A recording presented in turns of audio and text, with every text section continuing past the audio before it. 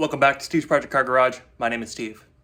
Today we'll be working on the 69 Spitfire as usual, and I'll go ahead and show you some of the work that I've done over the last couple of days, and then we're going to go ahead and tackle something that I've wanted to do for a very long time. So stick around, grab yourself a big glass of jitter juice, and let's get cracking. Alright, so we're going to start here. If you follow me on Instagram or on Facebook, you're probably very familiar with these angles and what we've done, but here's a little bit of a recap. So I went ahead and I got the passenger side and the driver's side floors clipped into place. They're held in with Clecos. As you can see, there's a couple there hanging out of the A-post. Went ahead and got the doors put back on. I had to do the similar type of repair on the driver's side that I had to do on the passenger side. But door closes. Gaps are huge, but they've definitely got some room for improvement, which is fine. Got a little bit of play in the bonnet still, and I can definitely move this back and forth. Over on the passenger side, things are still where they were in the last video. Gaps have not changed. However, the bonnet gap is now even pretty much across, which is great. And I'm still gonna have to do a little work here to cheat this in. But I mean, still, it closes. So we're actually in pretty decent shape. So I'm pretty stoked though about having this in. What I am gonna have to do, hopefully this weekend, is to go ahead and pull these panels out. I'm gonna do it one at a time, and then I'm gonna go ahead and scuff them and then prep them for welding. So that'll be fun, but easy project. This here is the reason we are here today. This is the prop shaft tunnel. So as you can see, when I took this out a year ago, getting it out was quite a pain, but there's a lot to it.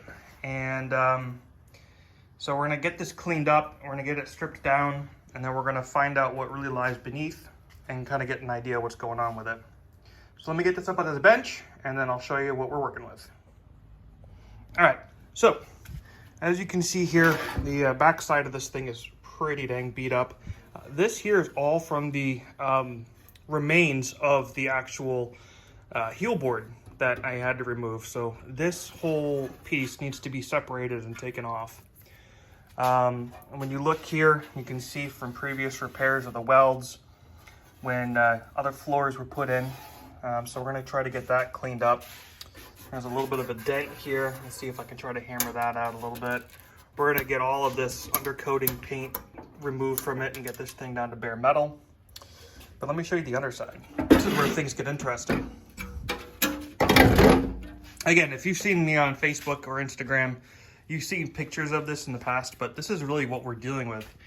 So this actually tells a real story of the life of this car.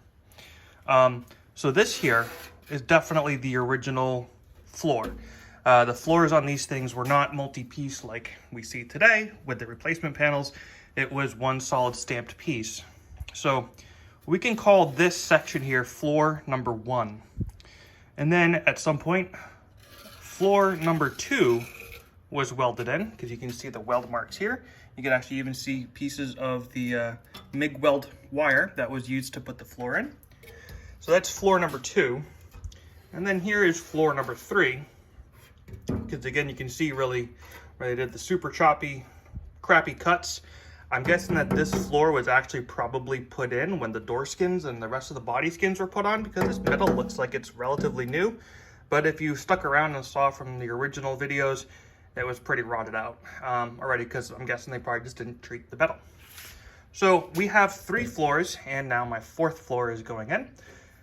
So what my goal is to go ahead and try to clean this up as much as possible, especially back here, get this nice and clean, and then go ahead and start to try to test fit it in over here and see how well we can get it to actually fit, and then trim the actual tunnel cover here, so that way it will sit nicely on the new metal and the new floors that we got there. I've been looking forward to doing this for quite a while, so let's get cracking and see what we can do. All right, so I sort of feel like a surgeon here. I got my tools lined up, ready to go. I got my cutting wheel, a 4.5-inch grinder, got my little grinder and got a actual grinding disc here. So we're gonna go ahead and get cracking into this guy. All right, so I think that what we're gonna do is actually go ahead and start up here. We're gonna try to just get this as clean as possible so I can find where those spot welds are, so I can just kind of start drilling them out. So I'm gonna take the grinder real quick and just try to get this cleaned up a little bit so I can find those spot welds, and then get a drill going.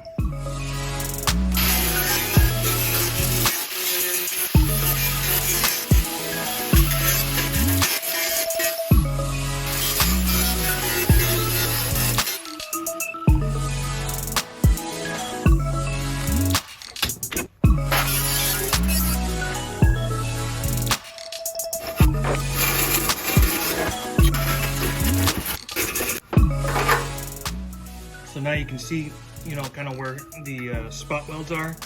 So it's going to give me a good place to start with just drilling. I noticed that over here, this is going to be a fun section because there's just a boatload of weld. So we'll figure out what we're going to do when we get to that point. But let's start up here and just trying to break some of this away.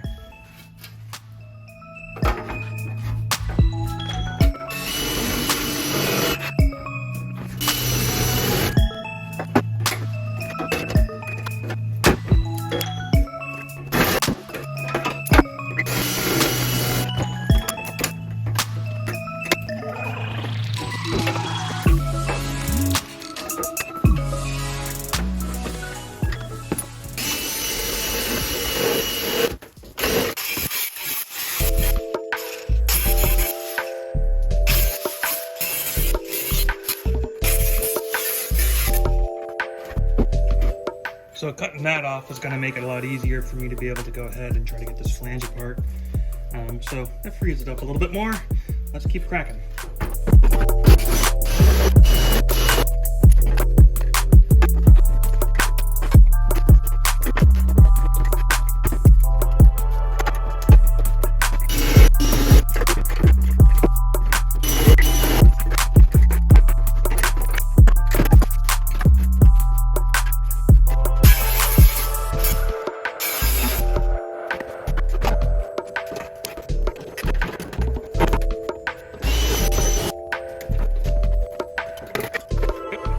There we go.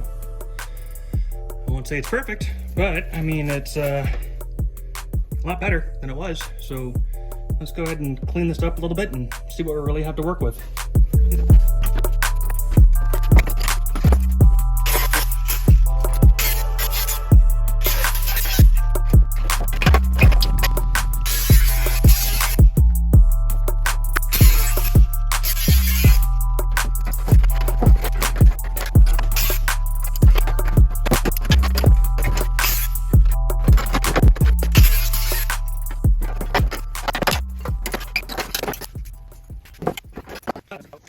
So I got a lot of that second floor in here cut out. I think what I'm going to end up doing is probably, because this already has a weld that's obviously strong, I'll probably end up trying to graft these two together a little bit neater. But I don't know, we'll find out when I actually sit this in the car and see how much of it I actually need to keep. But so far it's not bad.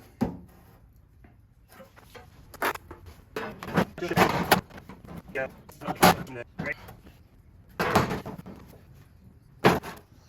All right, so to kind of give you guys an idea, when I just tried to set this in there, it looked as though this bit over here is what was kind of getting things hung up. Because this is where the new floor comes up, right? So the new floor does come up along here, and it pretty much follows this entire line. So what I'm thinking that I can do is probably just cut right along here and just follow this seam all the way across, and then do the same on the other side, and that should give me the room that I really need.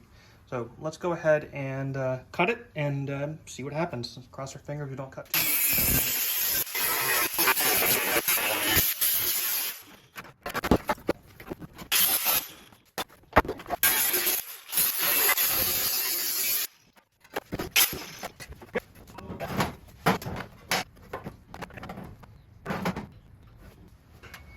Take a quick deviation from the working on the car.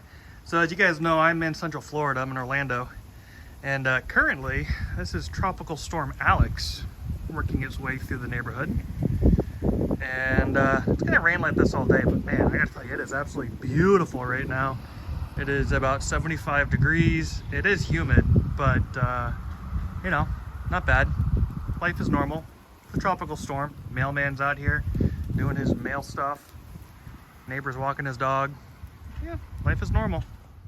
All right, so after banging out the rough areas here, and I also went a little rogue and I did some cutting over in this area and same on the other side. I was able to slide this guy in, so we got a nice fit. Look at that, it lines up with the seatbelt holes. And then coming on over here, looks like this is gonna line up pretty well as well. Gonna end up having to do some more trimming, of course, but I should be able to make this work. It shouldn't be much of a problem. I'll have to add some metal there for sure. Or I can try to just bend the floor in a little bit here, but I think that really kind of is going to deviate from the curve that we're supposed to have here. So I'll probably just end up welding in some new metal there. And then when I go to put this in, I will probably follow along the lines here and just cut this out so that way I can mate it to the new metal that's down underneath there. And then on the other side,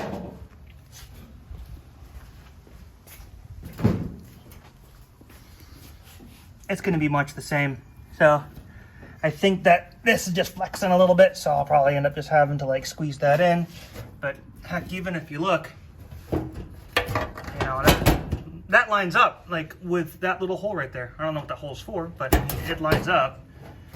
So it'll take a little bit more work, but I think at this point now, let's go ahead and try to clean the metal, get it stripped of all the nasty rust that's on there, get this black paint off of there. You see there's still some of the original Laurel green. And then find out what the rest of the metal looks like. All right, so a lot of this stuff is really kind of just chipping off. So for the sake of making less dust, I'm gonna go ahead and actually hit this with the needle scaler real quick. Just see if this kind of gets a lot of the big chunky stuff off first, and then we'll grind the rest off.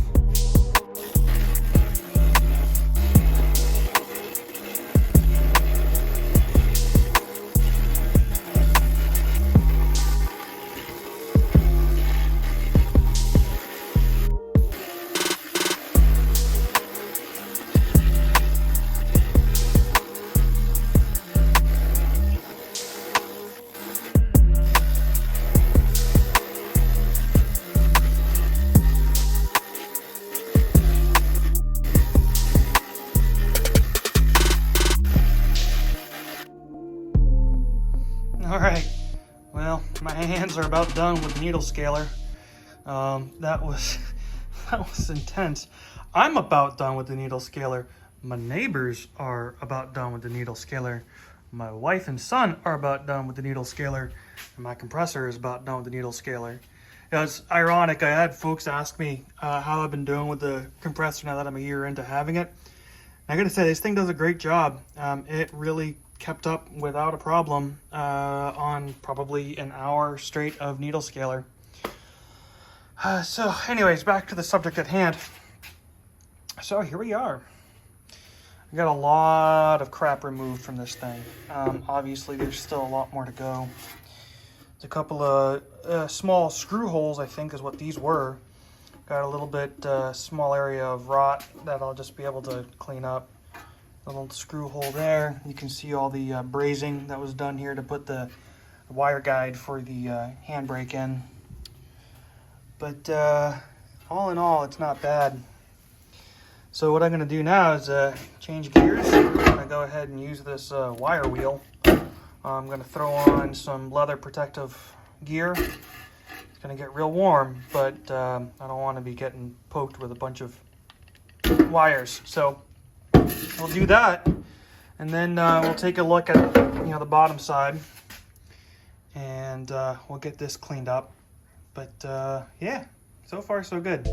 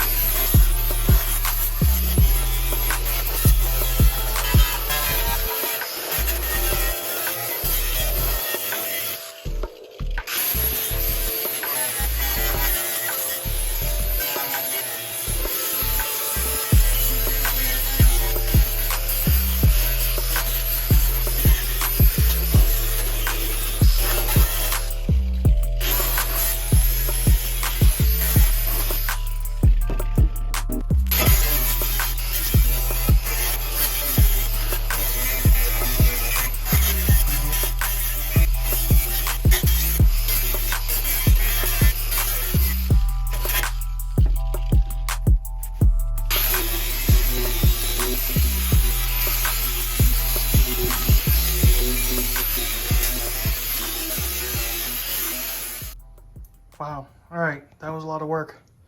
But check it out. Got this thing pretty spiffy looking. Of course, you can still see where I'm going to end up having to do a lot of trimming. But yeah, it's coming along. Gonna have some metal to replace up in here, some metal to replace here, trimming along here, trimming along here. But I mean, all in all, it's pretty good. Now, I didn't do the underside yet, so the underside still looks like crap, but we'll get to that. We'll get to that. All right, so it is now about 1 o'clock.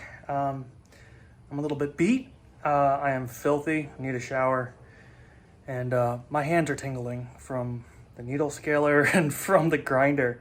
So I'm gonna take a break.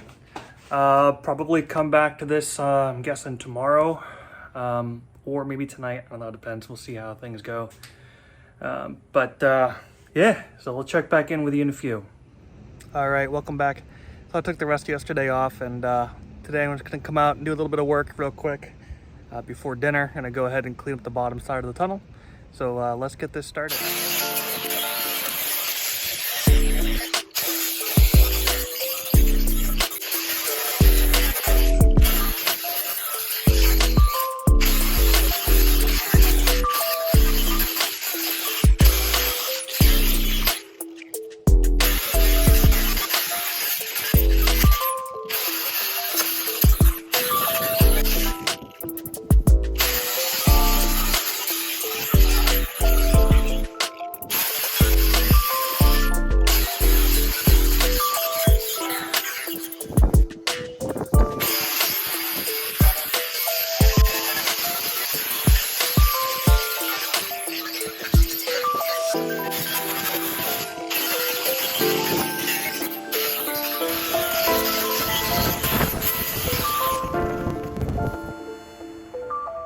Well, that's about it for working the wire wheel on this. I got a pretty decent job on it. This thing looks like the surface of the moon, though. There's so many craters in this, so much pitting from all the rust. Not much I can do about it, though, because, well, I'm sure as heck not going to be able to remake a panel like this. They don't make it anymore, so you can't exactly buy a replacement. So what we'll end up doing, I think, is probably hitting it with the rust treat first.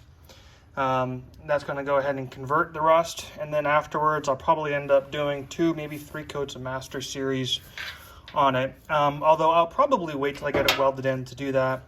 Get it welded in, and then get the body off of the frame, so that way I have good access and I can just do the entire floor. Because I'll probably end up doing Master Series on that anyways. But no more surprises than I had really kind of thought. Gotta do a lot of work to clean this up. I'll end up getting in here and trimming this all up when I do my final prep to actually fit this. But that's going to be it for this today. So let's go ahead and wrap up. Cool, that's going to be just about it. I'm going to wrap up here for the day. I want to give a big shout out to all of you guys that are subscribers. I really thank y'all. I just hit the 500 subscriber mark, so thank you so much for that. It's super cool to see 500 subscribers. I never thought I would get 100, never mind 500, so thank you so much. If you haven't done so already, please, by all means, go ahead and hit that like button, hit the subscribe, click the bell to get those post notifications, and, well, I'll be delivering more content like this soon. I think that the next video is going to be me taking out the panels, scuffing them, prepping them for welding, probably punching some holes in them to get ready for the welding itself, and then welding them in. I mean, we're almost there, so pretty exciting. Anyways, I'm going to wrap it up, go have some dinner. So thanks again, and just remember that when you're working on your favorite classic cars like this, don't be the dreaded previous owner. Cheers.